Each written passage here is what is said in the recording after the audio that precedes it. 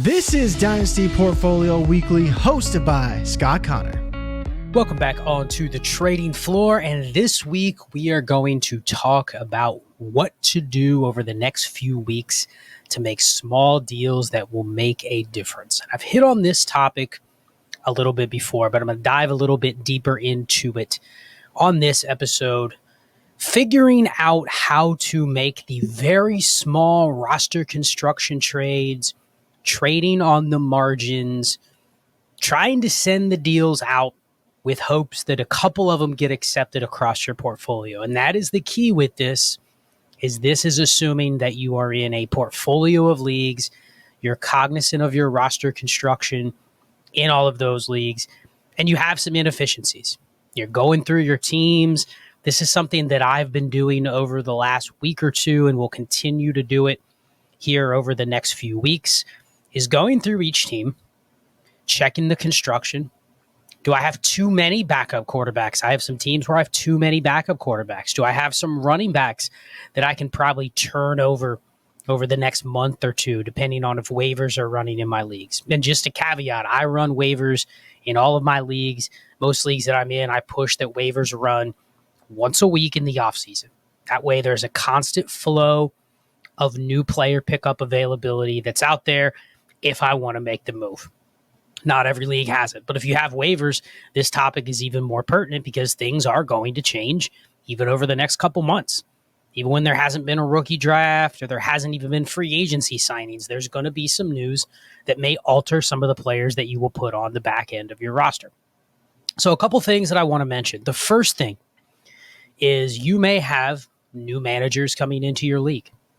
You may have a dispersal draft that is being done in your league.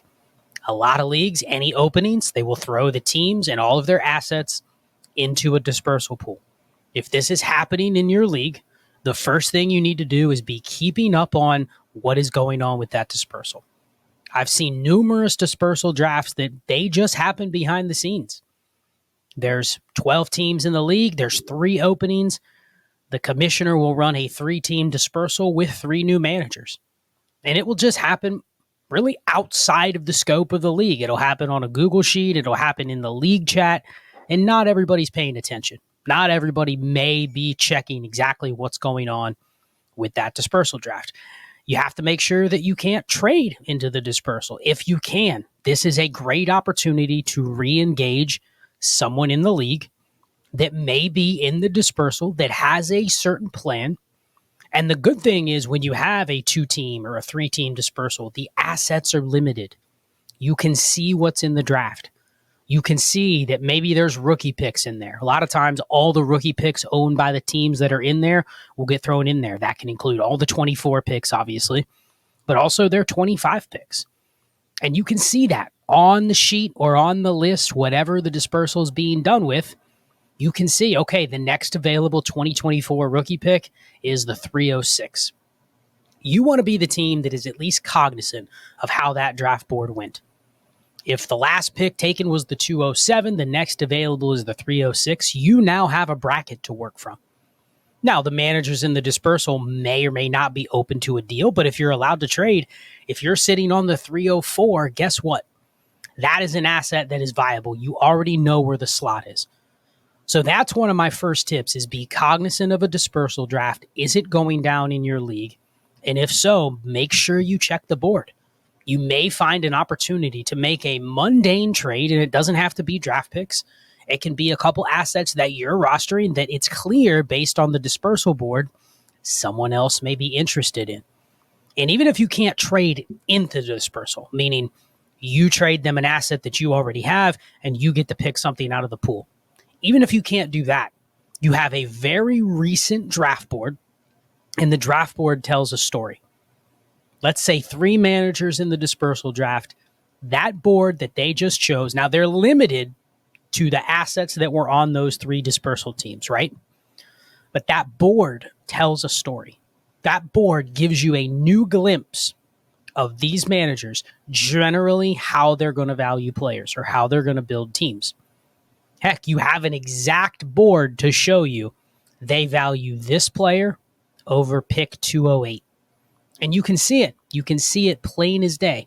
Now, does that always mean they're going to trade said asset for a pick similar? Not necessarily, but you have a slot, you have a bracket that you can look at, and you can say, this is generally how this new manager values some of these assets. So do not let that dispersal go by where you don't even see what happened. You don't even check the board. I'm not even saying you need to spend more than 5 to 10 minutes to look at their draft or to look at the board. But if you see it, check it. See what these new managers are doing, because that is the first thing they're doing in this league, is drafting a team from a pool of assets that was limited. And it's challenging if you're in a dispersal, because you have to be able to wade through what's in the pool. And you have to be able to say, okay, this is how I want to build based on the assets not being an entire player pool. So pay attention. And even if it's after the draft, go to that manager and see if they're interested in anything that you have. It could be picks. It could be some of the roster clogger players. I have seen dispersal drafts where they take the I'm obsessed with wide receivers to the extreme. So guess what? That is going to be your buyer for Marvin Mims, for Jalen Hyatt, for some of those quote unquote potential clogger receivers that may still have a little ADV, artificial dynasty value. They may be the buyer. Whereas before, there might not have been a buyer. Treylon Burks, Rashad Bateman, Elijah Moore, Jahan Dotson. I can go on and on and on. This may be your chance to offload one of those guys if you have them on your team.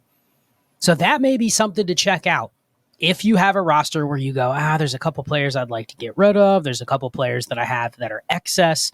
Your market might have been stale before. There might be a reason they are still on your team. Heck, you might have been trying to trade them for the last couple weeks to the other managers that are not in dispersal. No dice. But now that you have this dispersal, or you have a person taking on an orphan, or however it's working in your league, see if the new managers maybe give you a pathway to potentially move some of those assets. The second thing, aside from the dispersal, aside from if there's openings or orphans in your league, let's just say you come across a league and you say that I am a little bit above baseline on receivers. I have a couple of stragglers from last year.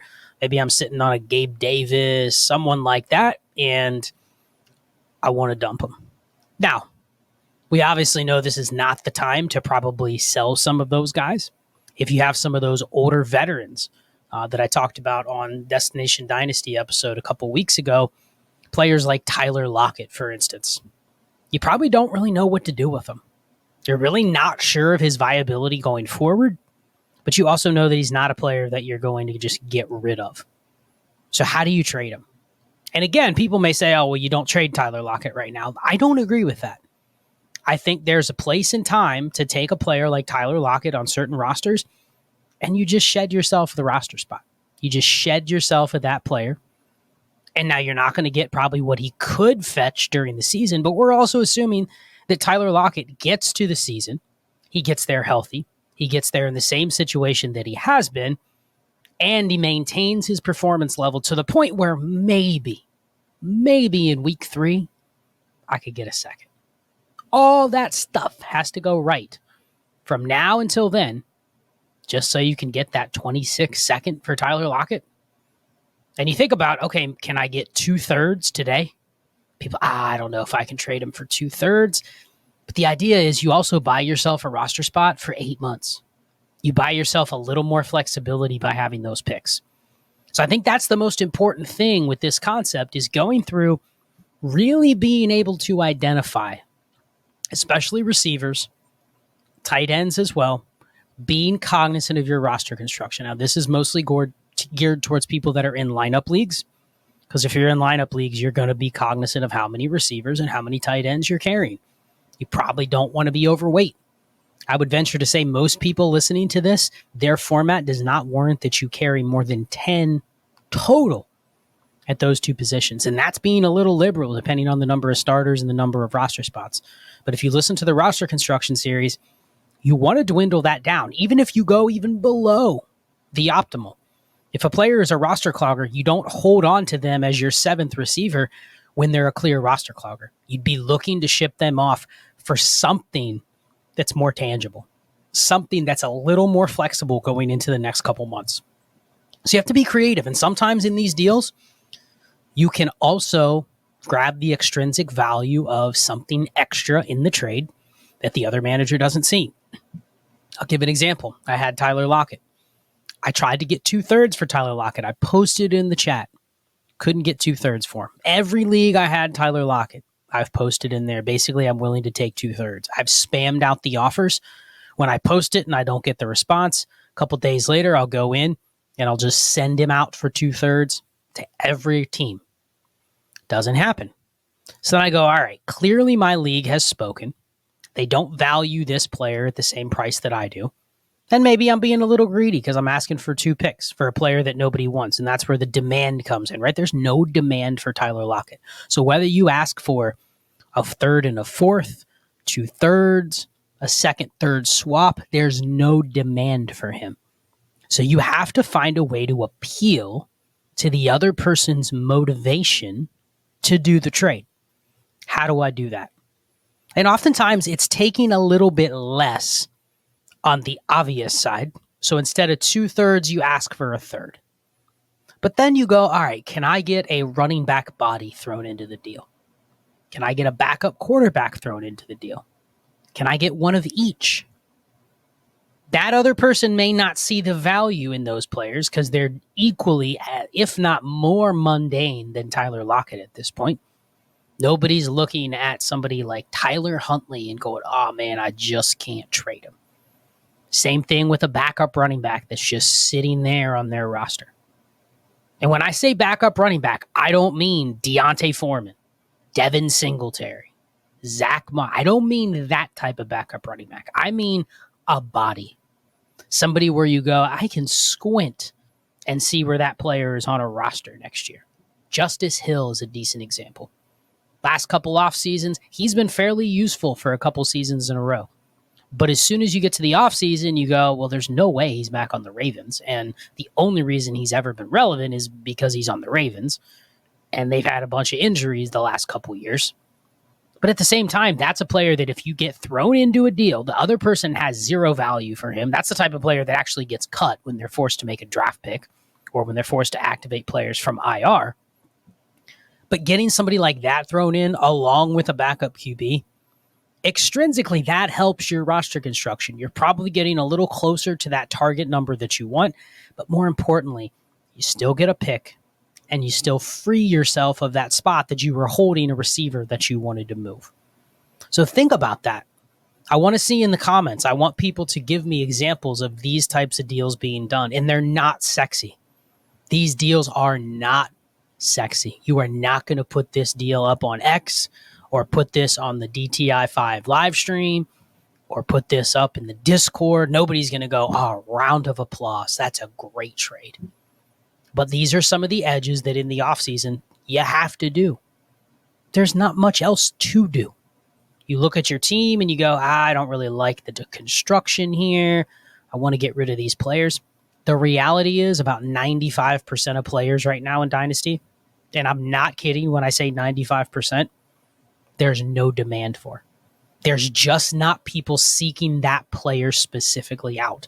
And that's for a variety of reasons. Essentially, they don't care this early in the offseason. Free agency hasn't hit. Rookie drafts haven't happened. There's really no new information to act on since the season. Or more importantly, a lot of the players we're talking about here are just in ranges where people generally don't care. They're indifferent. You send them the trade, and sometimes it'll just be that trade gets left on red because of just what am I supposed to do with this? And that is the challenge with grinding a Dynasty portfolio. In the dark days of the offseason, where there really isn't a ton going on, it's NFL playoffs and a lot of just speculation. We don't even have all the coaches that have landed in spots yet. What do? It's the small moves, the small transactions. And a lot of times you have to work to get other people engaged to make these types of moves. And that's why it's important to pay attention to dispersals or new managers that come in and also be checking. And don't do it constantly. Set aside some time. This is what I do. I have a ton going on. I give myself maybe 30 minutes a day where I will sit down, I will pick a half a dozen leagues or so, and I'll just check them. I'll go in, I'll put some waiver claims in, I'll check my construction, I'll go through and make sure if there's anything that I need to cut that I can. If there's any really mundane, boring trades that I need to send out, boom, I'll blast off a couple trades. It's very easy with Sleeper. If that's where you have most of your leagues, you can do it on your phone. You can lay there in bed while you're watching TV and blast out some of these trades. And you do them mindlessly. The goal is to get it done. It's really not the result in terms of what you get. The goal is to get something off my team and get the deal done. When you identify what they are, they're very easy to create and send out a bunch of them at a time. So that's what I challenge everybody with. How many of these mundane trades can you get done over the next month or so? This is going to be a theme that's going to continue for the time being, because there's not a whole lot of else stuff to do right now in your leagues. But I challenge everybody to see if they can get some of these deals done. They make a difference. Trust me, they make a difference, especially when you get to a point later in the offseason where you have to act a little quicker. The last thing you want is, man, I got to clean up my roster construction. The rookie draft starts in 2 days. I see it. I see it in a ton of leagues where, oh yeah, I'm finally back around to making some moves. 2 days before the NFL draft, you're going through and seeing people clear T.Y. Hilton off their roster. Rob Gronkowski, still holding on to him. You see stuff like that and you go, this person really just hasn't been paying attention hardcore over the last year or so. So see what you can get done. Check out everything at Destination Devy, destinationdevy.com. Join the Discord. The Destination 5 tier is awesome. You get access to everything, including the DTI 5 stages where we do live shows. And you get access to the private podcast feed where you can listen to bonus content in the Discord a couple times a week. Subscribe to everything podcast-wise on Destination Devy Radio, Wake Up with Ray G, and the new news feed that Ray has put up where he's dropping mock draft episodes and he's dropping some of the news shows and what's going on here in the offseason. So check all those out. Good luck getting some of these mundane trades done. And until next time, we will leave the trading floor.